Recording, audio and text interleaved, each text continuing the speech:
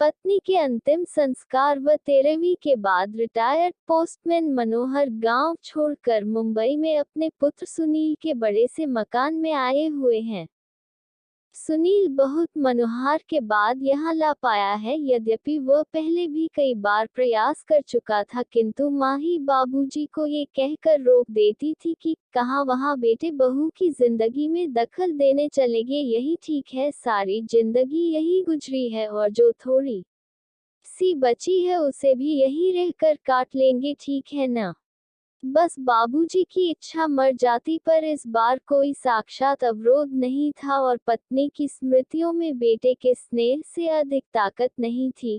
इसलिए मनोहर बम्बई आ ही गए हैं। सुनील एक बड़ी कंस्ट्रक्शन कंपनी में इंजीनियर है। उसने आलीशान घर व गाड़ी ले रखी है। घर में घुसते ही मनोहर ठिठक कर रुक गए। गुदगुदी मैट पर पैर रखे ही नहीं जा रहे हैं।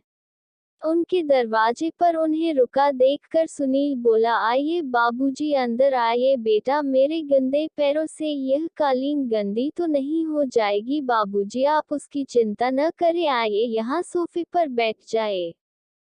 सहमे हुए कदमों में चलते हुए मनोहर जैसे ही सोफे पर बैठे तो उनकी चीख निकल गई, अरे रे मर गया रे। उनके बैठते ही नर्म और गुदगुदा सोफा की गद्दी अंदर तक धंस गई थी। इससे मनोहर चिहुक कर चीख पड़े थे। चाय पीने के बाद सुनील ने मनोहर से कहा, बाबूजी आइए आपको घर दिखा दूं अपना। जरूर बेटा, चलो बाबूजी, यह है लॉबी जहां हम लोग चाय पी रहे थे। यहाँ पर कोई भी अतिथि आता है तो चाय नाश्ता और गपशप होती है। ये डाइनिंग हॉल है, यहाँ पर हम लोग खाना खाते हैं बाबूजी। यह रसोई है और इसी से जुड़ा हुआ ये भंडार घर है। यहाँ रसोई से संबंधित सामग्री रखी जाती है। ये बच्चों का कमरा है, तो बच्चे क्या अपने माँ बाप के साथ नहीं रहते बाबूजी। यह शहर है और शहरों में मुंबई है। यहाँ बच्चे को जन्म से ही अकेले सोने की आदत डालनी पड़ती है। माँ तो बस समय समय पर उसे दूध पिला देती है और उसके शेष कार्य आया आकर कर जाती है। थोड़ा ठहरकर सुनील ने आगे कहा, बाबूजी, यह आपकी बहू और मेरे सोने का कमरा है और इस कोने में ये गेस्ट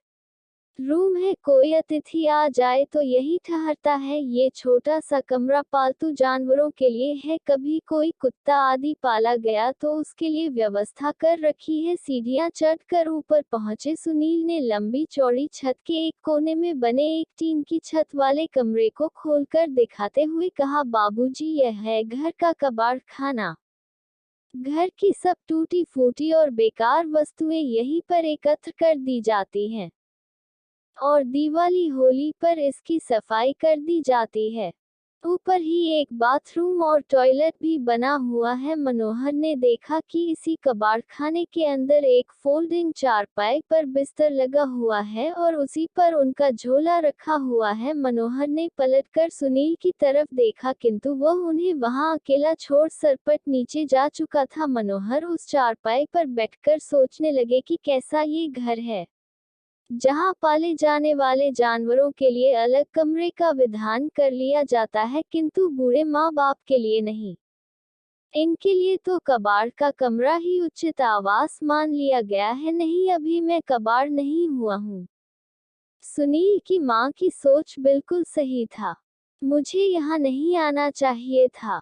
अगली सुबह जब सुनील मनोहर के लिए चाय लेकर ऊपर गया तो कक्ष को खाली पाया। बाबूजी का झोला भी नहीं था वहां। उसने टॉयलेट व बाथरूम भी देख लिए, किंतु बाबूजी वहां भी नहीं थे। वह झट से उतर कर नीचे आया तो पाया कि मेन गेट खुला हुआ है। उधर मनोहर टिकट लेकर गांव वापसी के लिए सवेरे वाली गाड़ी में बैठ चुके थे। उन्होंने कुर्ते की जेब में हाथ डालकर देखा कि उनके अपने घर की चाबी मौजूद थी। उन्होंने उसे कसकर मुट्ठी में पकड़ लिया। चलती हुई गाड़ी में उनके चेहरे को छू रही हवा उनके इस निर्णय को और मजबूत बना रही थी और घर पहुंचकर चैन की सांस ली। दोस्तों, जीवन में अपने बुजुर्ग माता पिता का उसी प्रकार ध्यान रखें जिस प्रकार माता पिता बचपन में आपका ध्यान रखते थे, क्योंकि एक उम्र के बाद बचपन फिर से लौट आता है। इसलिए उस पड़ाव पर व्यस्त जिंदगी में से समय निकाल कर उन्हें भी थोड़ा समय दीजिए, अच्छा लगेगा।